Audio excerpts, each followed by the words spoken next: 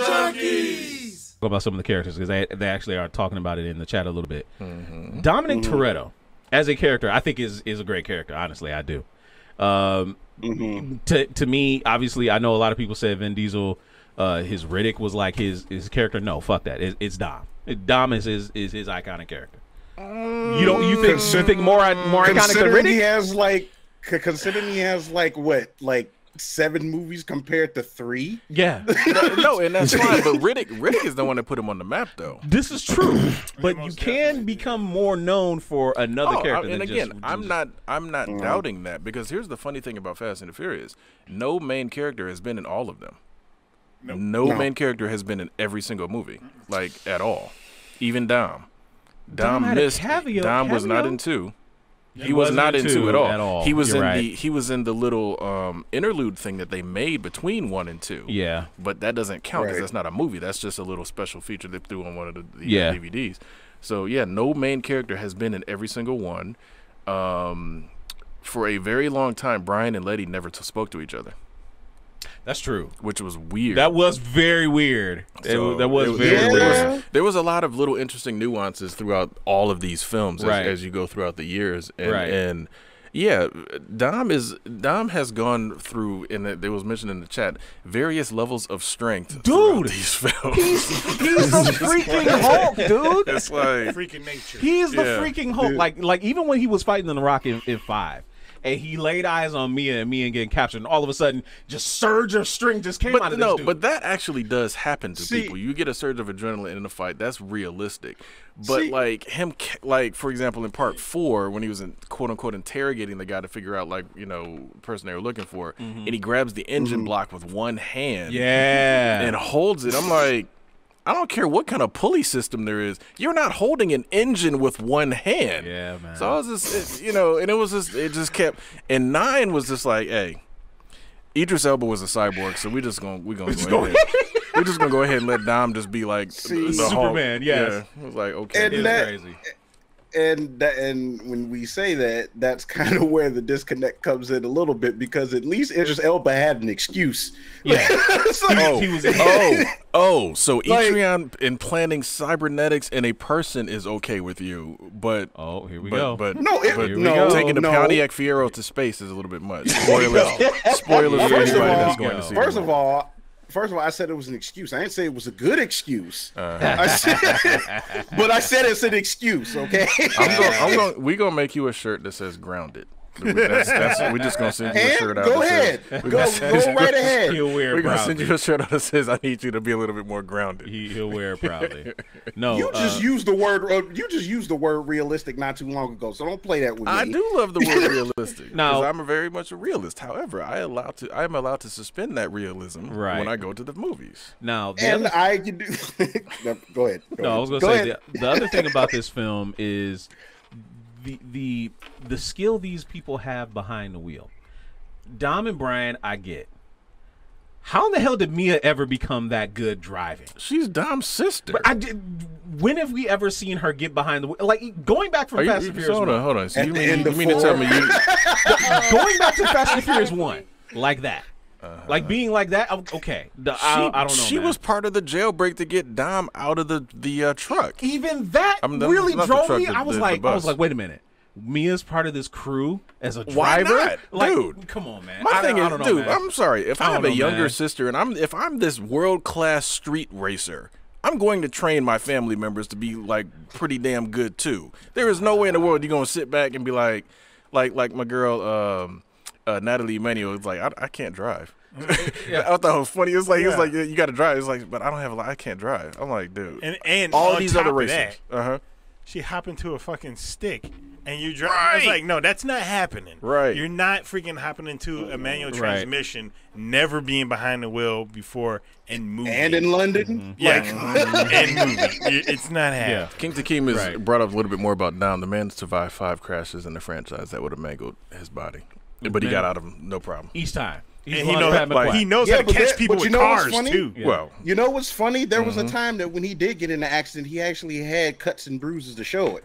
That did happen at one point. Like, for example, in the first one, when, like, the big stunt of the first one, when they both, jumped past the train, and then he crashed into that truck. he had like a potentially fractured arm.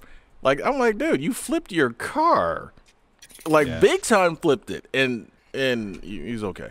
Like, whatever.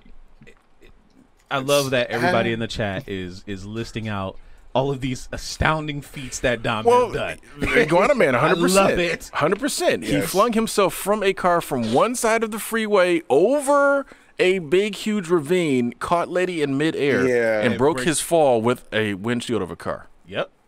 Which, Dominic is Omni-Man. It's funny because it's like, at least with, I want to say between 4, 5, and 6. Mm-hmm. There was like a build up to like a lot of like the more like fantastical stuff or whatever, or at least they were like further. There was like more space in between the crazy shit, and it's like, okay, once it started getting into the third act, okay, I'm expecting like some wild shit to happen. Like at least once. Mr. Busy TV, he killed a guy with his teacup. Well, he did do that in Riddick. Yeah. He did. No, you're right. No, in Fallen, you're right. They basically was kind of luring you into it little by little. They're like, we're gonna drag you safe in the 5th one. Mm-hmm. Which was wild. Wild. And with 9, they just started off not giving a fuck. That's what made it fun. Yeah, like they started doing that, dude, jumping between buildings in Dubai. Yeah. You should have known it was over. You should have known it was at least over in the middle of the film, though. Like that was at least in the middle of the movie. It didn't start off with the no, it didn't. No, it didn't. Because it did because that goofy ass race he had at the beginning with this other long lost cousin. He just be having family members all everywhere. Over the like man. no, like literally. Yes. No, never mind the drag race when literally he's driving a hot rod and that bitch is on fire. You know, it should have exploded. He was literally racing a lemon. No, he was literally racing a lemon. No, he had a couple of little. That's how he won the race. He got that little boost from the explosion of the engine. Then he jumps out. It was crazy. And then the car flies into the canal there. Yeah.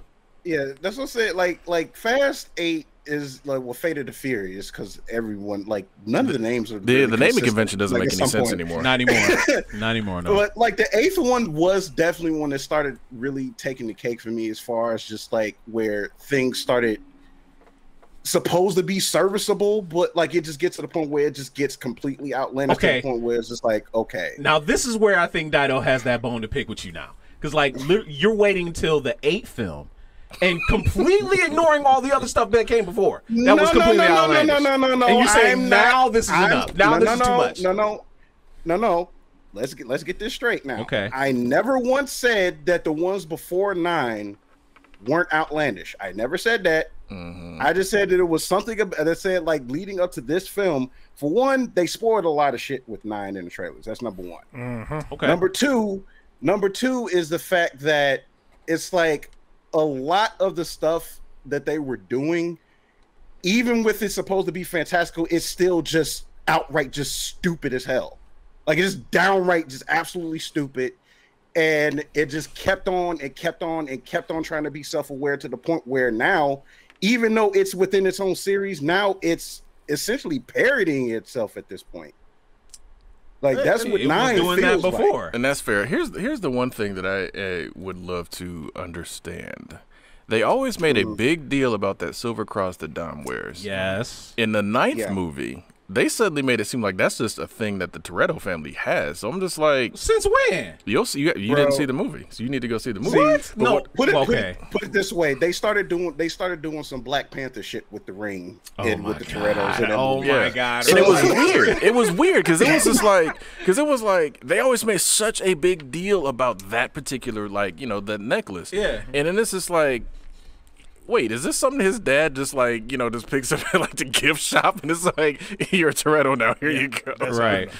My biggest issue, if we're going to be talking about the 9th movie, an issue is that made no sense to me. Now, mind you, I don't give a shit about the cars. I don't give a shit about the action. I don't care about Fieros in space. Doesn't bother me at all. I was entertained by it, had fun. But the only thing that bothered me, how old is fucking Dom? Now, looking this stuff on the internet, he supposedly was born in 1976, right? So he'd be as old as me. Yeah, he'd be a 40, supposedly. 44, 45. But here's the thing.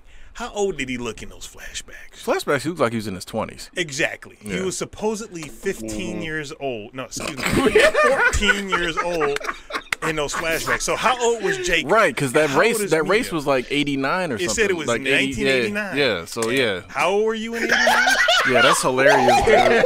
That is a huge the math just completely does not add wrong.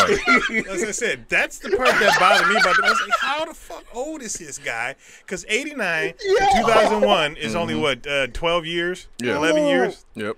No, it's 12 Bro, years. I never caught the year, dude. I thought that shit was like early 90s or something. That's dude. what I thought. It was 1989 And because they made a big deal about it. Hey, like, Adam Omega's right. We're on the Marvel Comics timeline. It has to be in the Marvel. That's to be the Marvel That was my Comics biggest timeline, issue dude. with the movie. I was just like, that doesn't make any goddamn sense. Yeah. Hey, Yo. Well, and the funny thing is, and again, I understand because they, for those that don't know, we're not going to spoil the movie completely, but we're going to talk about some of the plot points. Sure. They tell the story of Dom's father in this movie. Yeah. Essentially, Okay. you know, the little bit of backstory he gave to Brian in the first movie was that, you know, his dad was, you know, coming up in the pro stock circuit. A guy clipped him. He beat him down with a socket, you know, with a wrench, basically. Yeah. So it's like, okay, and that's fine. I just watched that scene right before coming here. He said he went a week later. They made it seem like it wasn't like at, you know, and I guess that does kind of follow because, you know, but it's weird. It's like, how much time do you really think that was between that one scene where they show, because they had the wreck there at the track. They would have hauled, like a week later, they would have been hauled that away by now. Quite possibly. Yeah. So it was, and again, I'm not expecting them to, like, you know, again, that was 20 years ago. I'm not expecting them to follow word for word, beat for beat what he told Brian. But it was just weird that, like, they spent so much time telling that story. And it's like, well, y'all need to have all the details right because you're making a big deal out of it. So, I mean, you know, it was what it was. Hey, we hope you enjoyed that clip. Make sure you check out our live content on Twitch. It's twitch.tv/culturejunkies. We also have a lot of content available on YouTube, unboxings as well as Blu-ray reviews. And you can support us on Patreon, patreon.com/culturejunkies. And on top of all of that, if you go to culturejunkies.net, you can check out our merch store. The link is culturejunkies.net/merch. There's a lot of great merchandise there. So there's links and logos and stuff all around me. So check those out, and we will see you next time.